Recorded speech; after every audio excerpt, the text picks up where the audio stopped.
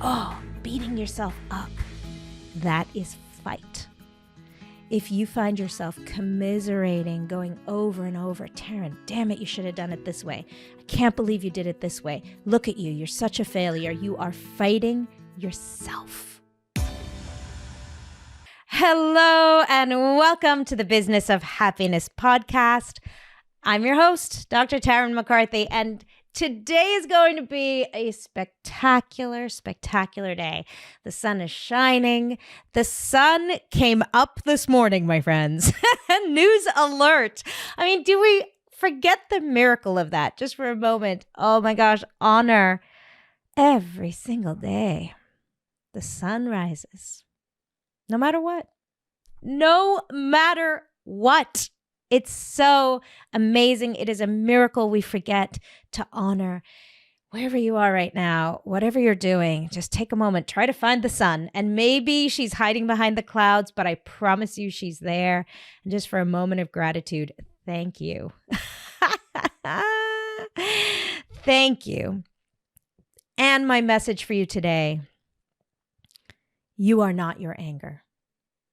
Just by giving yourself a moment to just reflect on the sun, to hold a little bit of gratitude, give yourself permission, just allow any anger or anxiety to just dissipate for a moment. Gratitude, awareness of miracles, the ability to recognize miracles is a very simple way to start diffusing our anger. And here in this moment, I'm here to tell you, you are not your anger. You're not your anger. You're not your frustration. You're not your defensiveness. You are just a human being experiencing, you guessed it, stress. Welcome to part 2 of our stress in medicine and dentistry series. And today, you guessed it, my friends, we are talking about fight. That old FFFF acronym for sympathetic nervous system storm, fight, the first F word, fight. And here in this moment, I am giving you permission to recognize that you are not your fight. You are not your fight. Your fight is only happening in response to fear. Another F word. Your anger, your confrontation, your frustration, your defensiveness is just an indicator that you're in stress. That's it. That's it. I have in my life experienced so much shame for my fear and my fear response of fight. And none of us are beyond it. I don't care who you are. If you're sitting there thinking, well, I'm not aggressive, I'm not angry, that's not my personality, I'm going to share with you today some clear examples of how fight is showing up in your life in very mysterious and sometimes not easily to find ways in your life, but specifically in medicine and dentistry. And you'll realize, oh, wow. And every time we judge it, right? That's the really interesting thing about fight in the fight, flight, freeze, or fawn response. Fight is the one that we judge very harshly. When we see people who are angry, when we see people who are in fight, in their sympathetic nervous system storm, in their autonomic nervous system response to fear or something that's threatening them, we really judge that harshly, don't we? Isn't that interesting? It's just your body's response. It's your body trying to keep you alive. A friend of mine went to the dentist recently, and she's an amazing person. She was looking for a new dentist, and she found a dentist, and she was so grateful because she hadn't had a cleaning for a while. During COVID, it got all out of whack. You all know how that goes. And so she found this dentist who was taking new patients, and she was very grateful. And the receptionist was wonderful, and she was very excited to go and find in fact, she and her husband both went for their first cleaning in, I think it was a year or two, because they just hadn't they hadn't kept up with it during COVID, a very common story. So she went in with a little bit of fear herself, but she's a coach. She knows how to help herself regulate her nervous system. She knows when to be aware that she's in a space of fight or flight. In fact, she realized that that's what kept her from going to the dentist this whole time. She was in flight. Anyway, so she went to this new dentist and she called me afterwards and she said, "Oh my God, Tarryn, it was the scariest experience ever and I will never go back." And I said, "Well, what happened?" She said, "He was so aggressive towards his team." She said at one point he threw something across the room because she handed him the wrong instrument. She said he was so aggressive and angry, and I just could feel the aggression on him. I didn't feel safe in his chair. What a horrible man, she said. And the first thing I felt was enormous compassion for him, her as well. And of course, we worked through it a little bit, but recognizing he's in a fight response of his sympathetic nervous system, in a response to a fear state, to a fear-based state that he was living in. And how often in medicine and dentistry we find ourselves there. I mean, if you're listening to this episode and you're thinking, "Oh, I'm perfectly calm all day," I would love to talk to you because you are doing something I want to help teach in my courses. I have some phenomenal practices that help to regulate your nervous system, to bring you back to parasympathetic nervous system state in my courses. But if you are doing so on a regular basis, call me. Email me, Tarryn at drtarrynmccarthy.com or Tarryn at thebizofhappiness.com. Tell me what you're doing, because everything we do in medicine and dentistry, the way that this business model is set up, is a supreme supporter of stress state. And it is our personal responsibility to regulate our own nervous systems. And this is the work that we have to teach and share and support one another in. This is how we save our own lives before we can save others. And that poor guy who my friend went to, that dentist, is in a place of fight. And please, dentist who saw my friend, if you are hearing this episode, please DM me. I'm here to help you. Because in our industry, what happens is we place judgment immediately. And that's the one thing about fight, that fight response to fear, that fight response to danger, is it's judged negatively and we judge ourselves. And doesn't that make it worse? Imagine you were that person that day that threw an instrument across the room. You do not feel good about yourself. You are not leaving the office that day feeling like, "Man, I crushed it today." You are hating on yourself. And then all the way home, you're hating on yourself and you walk in the door and maybe you lose it on your kids. Maybe you know someone in your world who is in this space. Maybe this is you. Let me hold you for a moment in my heart and in my hands. And I'm getting emotional here because I have experienced this firsthand in my life, acting out of alignment with who I am, and then beating myself up for it. Saying things in defensive nature, even to patients, and then beating myself up over it. And here's the phenomenal thing about this is, it's the exact opposite that we need. It's the exact opposite that we need. So what are some examples of how fight might be showing up for you in medicine and dentistry? Number one, yes, throwing instruments, clear indicator. Please be aware. If you're doing anything physically that looks like aggression, and that is an indicator that you are in fight, that you are in a sympathetic nervous system storm, you are in stress, you are in a chronic state of stress, and that is the indicator light on your dashboard flashing ferociously, saying, please pay attention. You are stressed out. And as we'll talk about a little bit later in the episode, the awareness is the superpower, but the action is the next step that must be taken, because we can't just be aware and say, well, there I am in stress. But being aware is the superpower, because we can't change what we're not aware of. We can't address it if we're not aware. So if you just threw an instrument, or you just slammed something down on the countertop, or you just got tense in your body, that's one indicator. Maybe you didn't quite throw something, but you know that when you tense your stomach up, imagine you're sparring with somebody and they're about to punch you in the belly. Like you know how kids do this, or at the gym, like you might be testing like your core strength.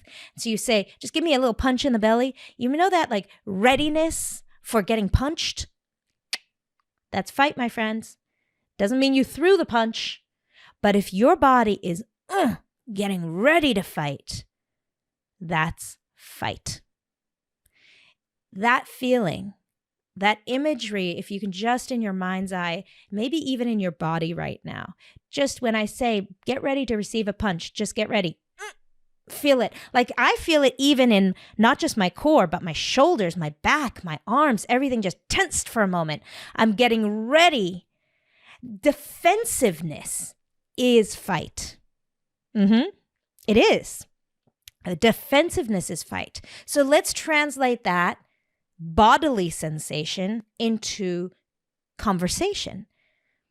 When somebody is threatening you, whether they really are or it's a perceived threat, that feeling in your body is a number one indicator. So just recognizing, whoa, I'm just noticing my body tensing up, getting ready for a fight. Okay? Shallowing your breath, getting ready for a fight. Heart rate beginning to speed up, getting ready for a fight. Narrowing your attention and focus on the aggressor, on the threat, getting ready for a fight. What's happening is we start to get tunnel vision. Really cool to use that term tunnel vision, because as you can imagine, this is why stress state is so counterproductive in our profession, because tunnel vision is not what we need. We need open-minded perspective for diagnostic purposes, for paying attention to our patient in the chair and not just focusing on one tooth. Right? We need to open our perspective. Tunnel vision is the opposite of what we need. But tunnel vision is your body's way of getting ready for fight. Defensiveness, I mentioned. If you're noticing that you're being defensive to a patient, so maybe they're talking about financial things, or they're not happy with the treatment outcome, defensiveness is a clear indicator of fight. It's such a great example of this the other day, actually at my hair salon. I went to the hairdresser and I said to her, I don't know what's going on with my hair right now, but I'm on podcasts all the time. I'm on stage all the time. I just want a different cut. Now, this woman, I've been going to her for several years now. And I said, I just need something that looks neat. I'm not able to do the thing you do so beautifully when I leave the salon. So can you just give me a haircut that's easy and neat? What we've been doing, it's beautiful, but I'm not able to keep up with it. Oh my gosh, did she go into a state of fight? I had zero aggression in my perspective. I was just asking her for a haircut. And it turned into a complete defensive place for her. Her defending her previous haircuts that she'd given me, her defending her expertise, her defending her intention, her defending how she puts her attention on me every single time and tries her very best. I was just asking for a new haircut. It had nothing to do with me and everything to do with her, but I recognized immediately that she was in a place of fight or flight. And very interestingly, The very next day, the salon owner called me and said, she's not sure that she's able to continue helping you because you've been disappointed with your previous cuts. None of which I felt, but that's how she was then turning to flight. And it was a beautiful example, and my heart went to her because I realized it had nothing to do with me.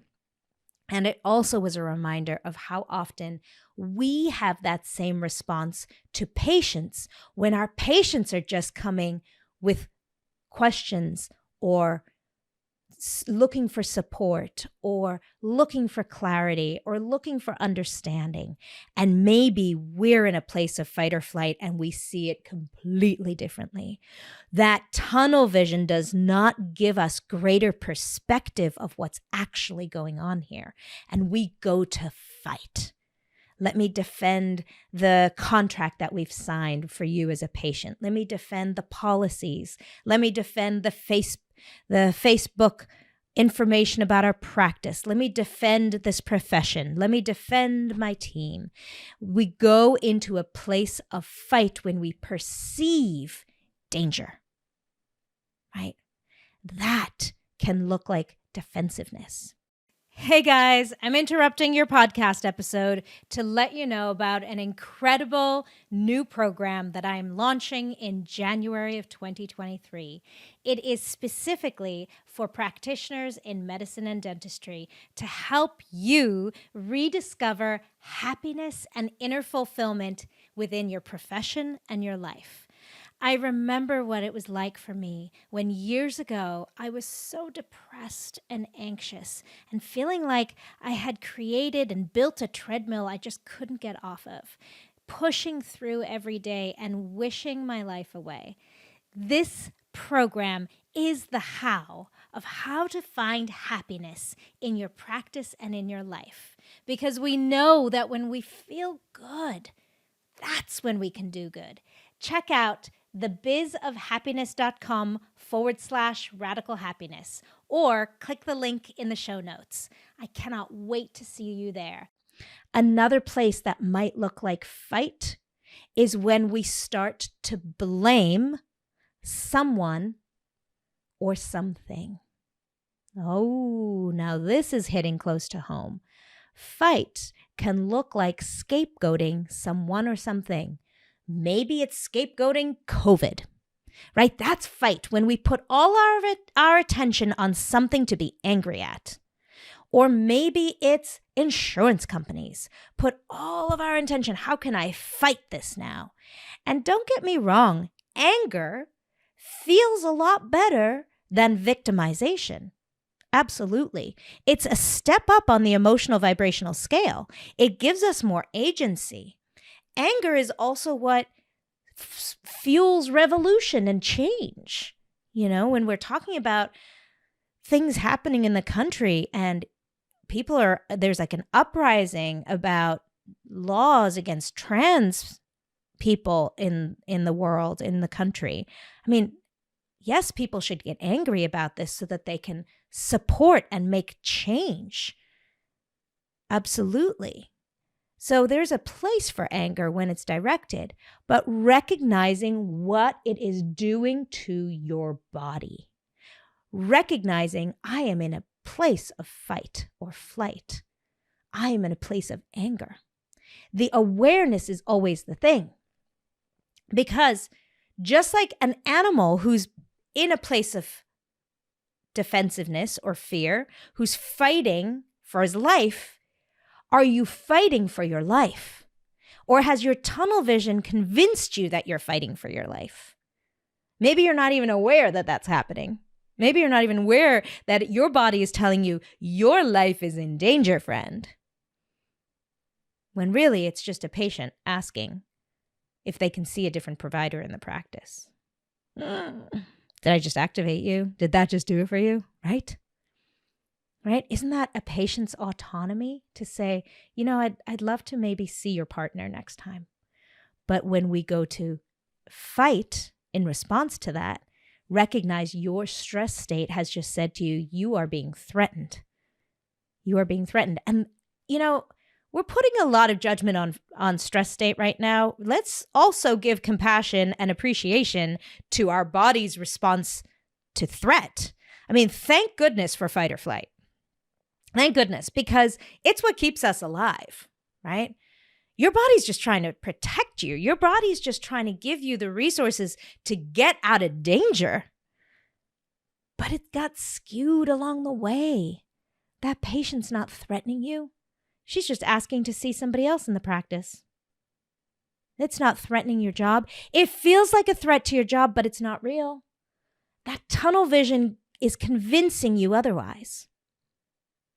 Another place of fight is when we fight ourselves. We turn the fight inward.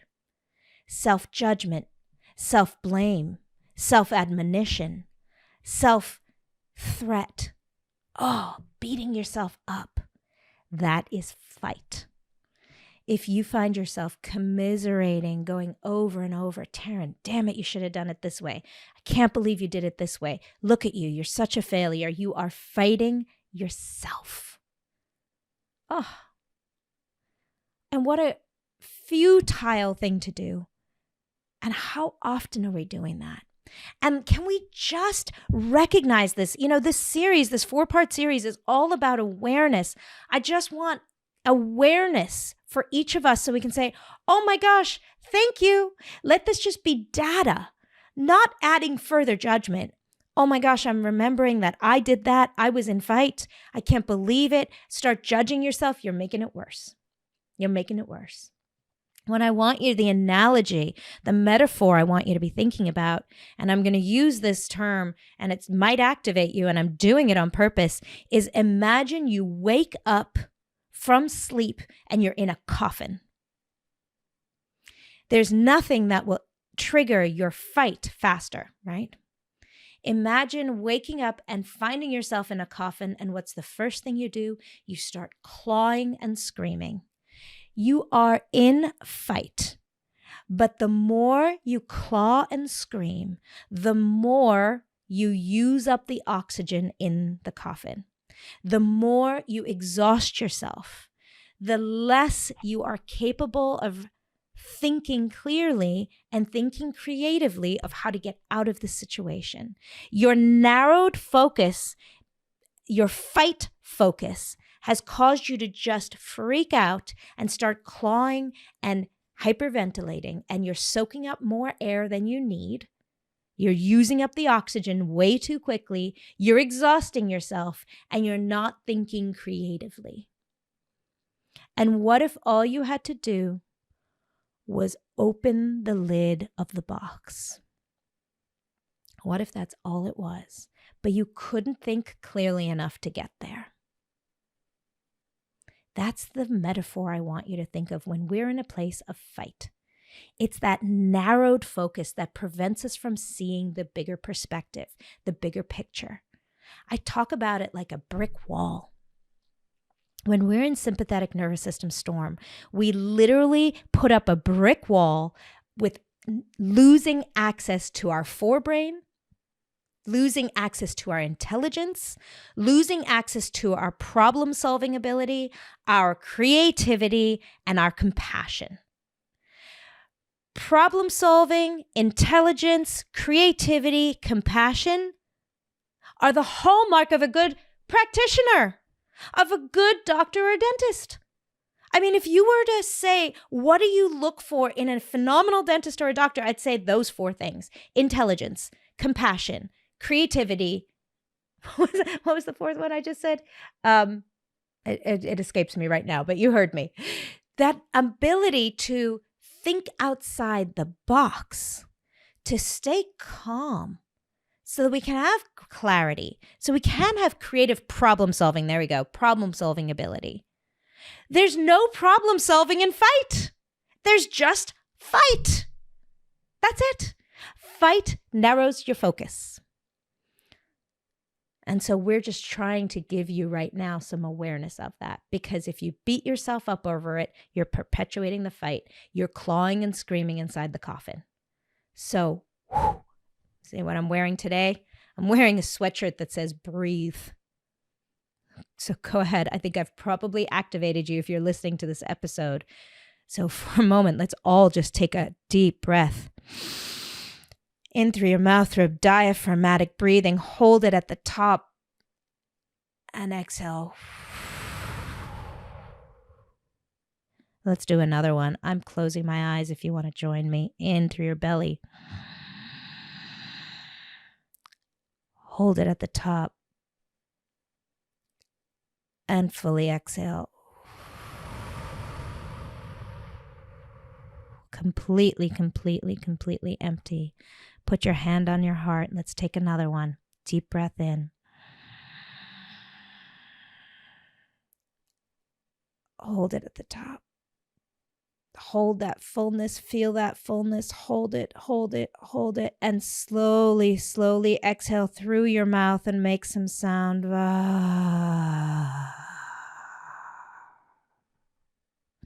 One more time. Deep breath in. All the way.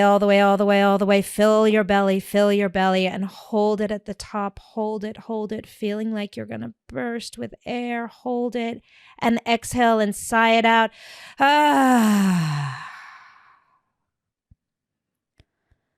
Okay. Focus on the calm now of your body. Focus on the release. We got amped up there for a moment. Now feel the calm. And when you're ready, you can open your eyes. That is vagal tone. That is return to calm. That's what that looks like. That's the goal. That's the practice that we need every single day. That's why I'm wearing the shirt for you today, because I knew we needed it. Breathe. It's one practice and one technique that I teach in my Radical Happiness for Practitioners course. It's a 12-week program, and the intention of the whole course is finding our radical happiness in medicine and dentistry. And one of the focuses we have is how to regulate our nervous system when we're in a sympathetic storm. And I talked about awareness being the superpower, and then the next step is what to do when we're aware. And as we were mentioning today, the underpinning of our sympathetic nervous system storm is always fear. Always. And when we just did that breathing exercise, what we were doing is reminding our bodies to come back into parasympathetic state, which we know of as rest and digest. And that allows us to stop that tunnel vision of fight. It dissipates the tunnel vision. It gives us greater perspective. It drops the illusion of fear. So if this felt different in your body, if you felt the amping up when I was talking about fight, if you felt your body getting tight, if you had identified with that getting your body ready for fight feeling, and then you felt the release when we did the breathing, you're going to have to come to my masterclass on May 5th. It's May 5th, 2023. It is what this 4-part series is leading up to. It is a masterclass on Zoom. It's happening at noon Eastern Standard Time on May 5th. That's a Friday. If you can't make it live, which I highly recommend. I mean, really, guys, making time for yourself and your personal growth and your learning how to address stress. There is nothing more important, I'm going to argue, in our lives as doctors and dentists, really. Honestly, I don't care where you are in your life right now. I don't care what's happening in your personal life or your professional life.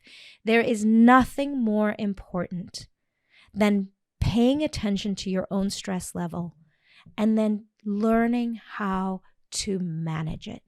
Nothing.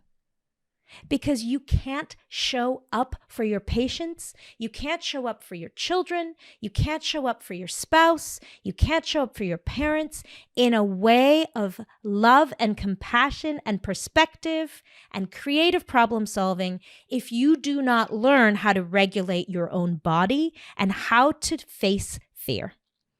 And so this masterclass is called Untethered: Finding Freedom in Dentistry.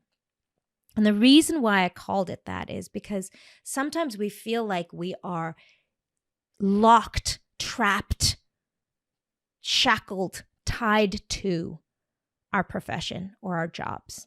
And we feel like that's what's limiting us. And all of those words I just used, locked, trapped, imprisoned, tied to, shackled to, are words that are absolutely stimulating stress. And so this idea of being untethered, finding freedom in the face of fear. So if you're interested in this masterclass, it's only $47. It's 2 hours out of your life. If you can't make it live, which I highly recommend, then the $47 will allow you to have the replay. And if you're interested in it, just text the word fear to 207-600-2699, and I'll send you the registration link. Or go to the show notes in this episode, and I'll get you signed up. I promise you this will change your perspective over the threats that you are experiencing in medicine and dentistry. I promise you this will give you the tools of how to face fear. I promise you there is a way out, that you are not your anger. Your anger is just a component of the stress state you are in, and there is a way out. There is a way to simply lift the lid of that coffin and not to keep clawing and scratching and hyperventilating within that coffin. And I'm using those words on purpose because I promise you I felt that way. I have felt that way in my life, like I am clawing at a wooden box that I am trapped in. There is a way out. There is a way to simply lift that lid and open up to that beautiful sunshine that we were recognizing this morning. Just imagine for a moment that you have that ability to just push open the lid and feel those beautiful rays of sun landing on your face, and take in a deep breath of appreciation. That's what we're going for. That's what's possible. That's what you deserve. You are worthy. And remember, when you feel that good, when you feel those sun rays on your face, that's when you can do good in the world. Love you so. Bye-bye.